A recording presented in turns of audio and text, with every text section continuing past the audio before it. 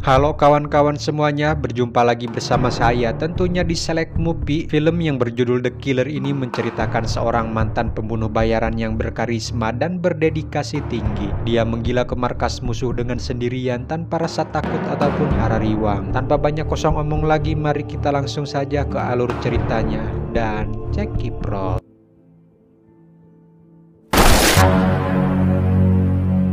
Salah satu pensiunan pembunuh bayaran sekarang menjalani kehidupannya bersama istrinya. Dia adalah Bang. Istrinya meminta Bang untuk menjaga seorang anak perempuan yang berusia 17 tahun dari anak temannya. 됐고. 내가 이따가 주소랑 연락처 줄. Dikarenakan mereka akan melangsungkan liburan ke sebuah pulau. Anak perempuan itu akan tinggal di rumahnya dalam waktu 3 minggu. Walaupun Bang sempat membantah istrinya yang kekehan ini agar Bang menjaganya dengan baik. Jangan sampai ada yang terluka atau lecet sedikit pun. Apabila Bang menjaganya dengan baik, nanti bulan depan si istri akan memuaskannya.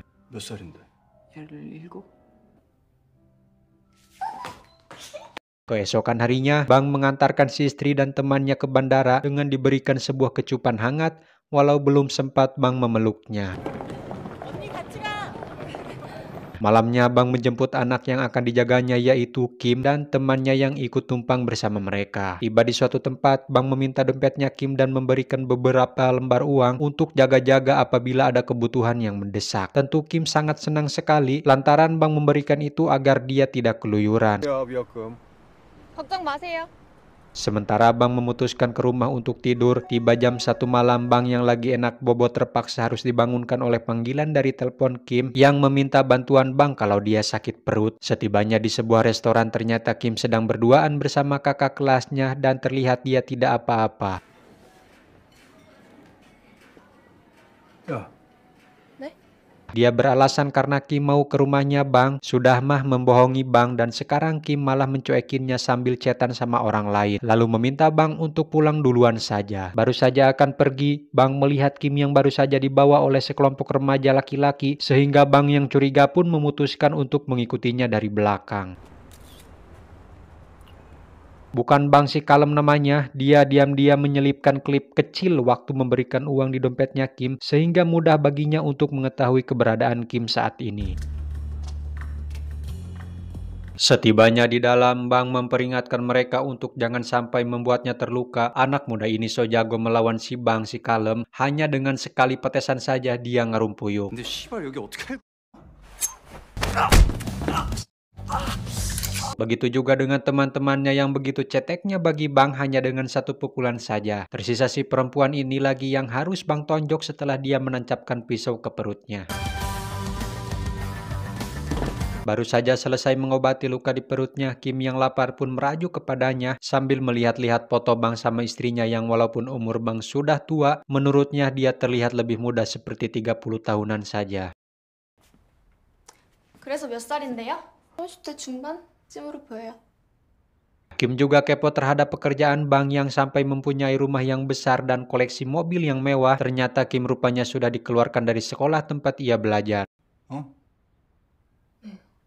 Saat dalam perjalanan pulang setelah makan di luar, ada seorang detektif yang korup yang memberhentikan mobil Bang bahwasannya ada pembunuhan di mana korbannya 5 anak remaja yang ditikam sampai mati.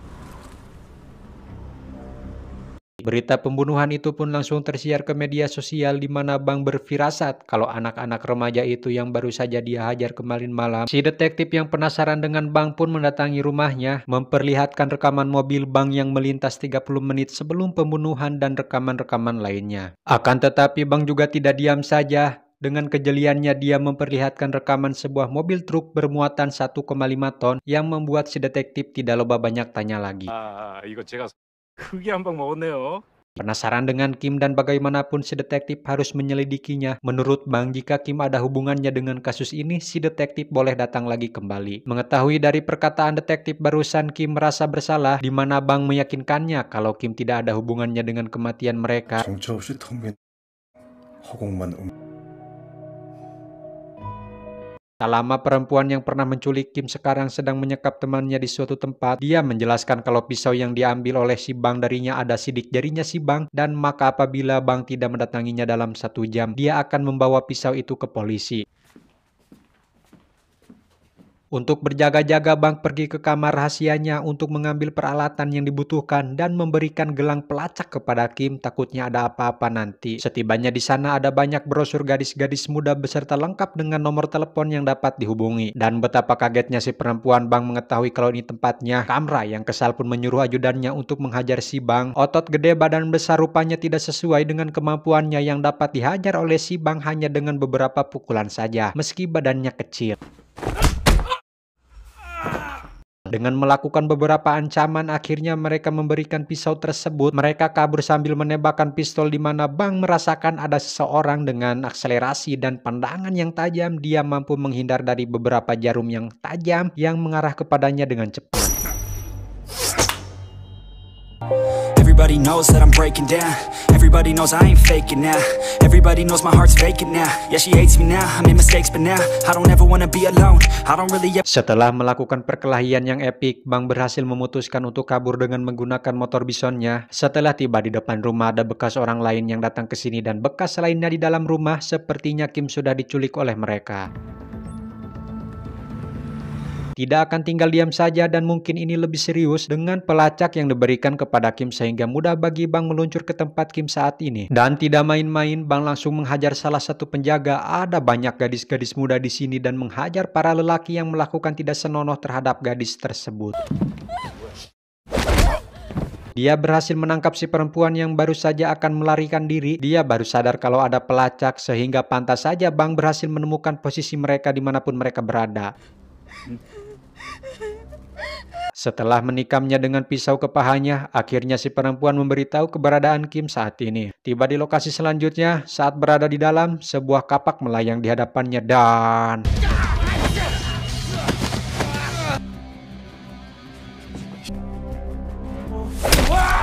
Edan! Ekspresi kalem, bengis, pembunuh berdarah dingin menyatu dalam dirinya. Tak ada yang mampu mengalahkannya, bahkan membuatnya lecet sedikit pun. Satu persatu dihabisinya, tembakan 50 karat, tikaman 1000 attack speed. Semuanya dibuat ngerumpuyuk, 3 orang yang tersisa pun dibuat edan dan Bang berat keluar.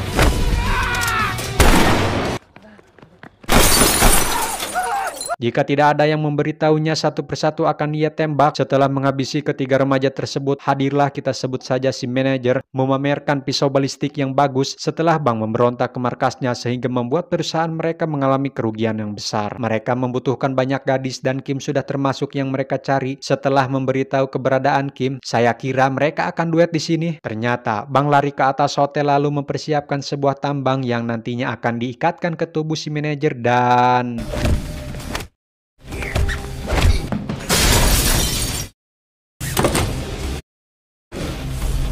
Sementara kita akan melihat si detektif korup yang baru saja tiba dan melangsungkan pemeriksaan dan melihat si perempuan yang sudah tidak bernyawa meminta Bang untuk mengaku sebagai pelakunya. Kesal kepada Bang yang mengajarinya soal hukum, dia ingin memborgolnya akan tetapi...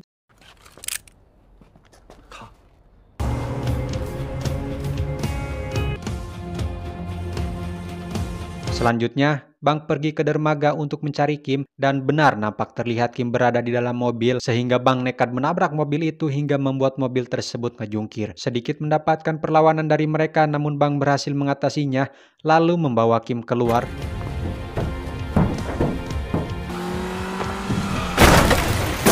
Tiba-tiba ada si Kamra yang berniat menabraknya untuk balas dendam. Jengkel dengan ocehannya, Bang menghabisinya di sana tepat si detektif yang menyaksikannya. Dengan bukti dari handphone si Kamra, terbukti jelas kalau si detektif ini sudah banyak menerima sogokan dan kemudian meminta bantuan si detektif untuk membereskan kekacauan pada saat polisi akan melakukan pemeriksaan.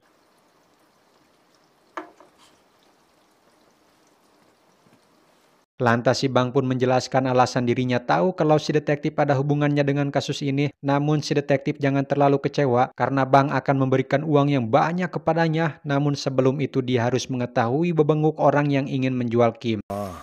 우리가 합리적으로 풀어볼 수도 있잖아.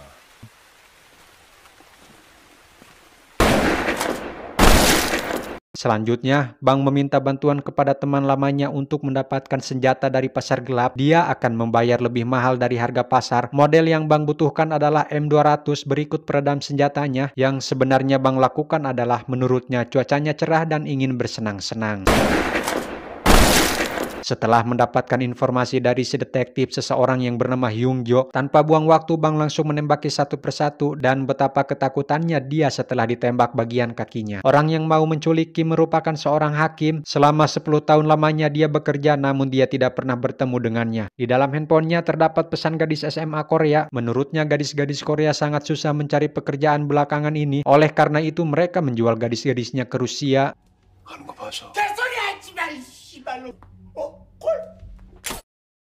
Tidak sabar dengan senjata yang ia pesan pada si teman. Senjata tersebut si teman dapatkan dari orang Amerika, bahkan dia saja belum pernah menyentuhnya, sesuai dengan model yang dipesan oleh si Bang.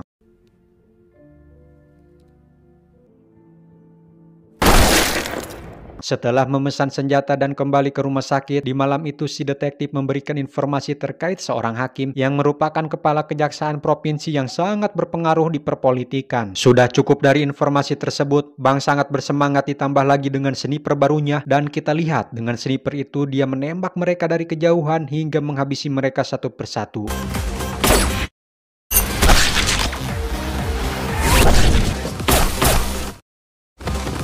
Rupanya si manajer masih hidup dan apa yang kita lihat, si detektif muncul di sana menyuruh Bang meletakkan senjatanya lalu membawanya ke hadapan hakim dan bahwa orang kayalah dan hakim yang berkuasa. Saat mereka berdua, Bang menghajar si detektif dan para anak buah si hakim yang lumayan merepotkan.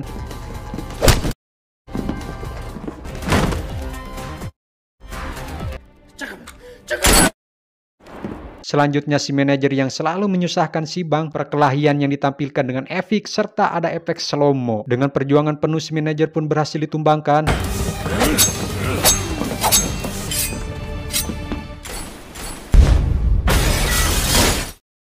Selanjutnya, si hakim yang tersisa yang akan mendapatkan kesadisan dari si Bang. Dia bilang ada perempuan yang memperdagangkan gadis-gadis dan fakta bahwa ibunya Kim ini dibalik kasus penjualan gadis-gadis tersebut dan anehnya ingin sekali Kim mati. Kesal dengannya, Bang dengan senang hati menembaknya dengan pistol sehingga sangat amat menyakitkan.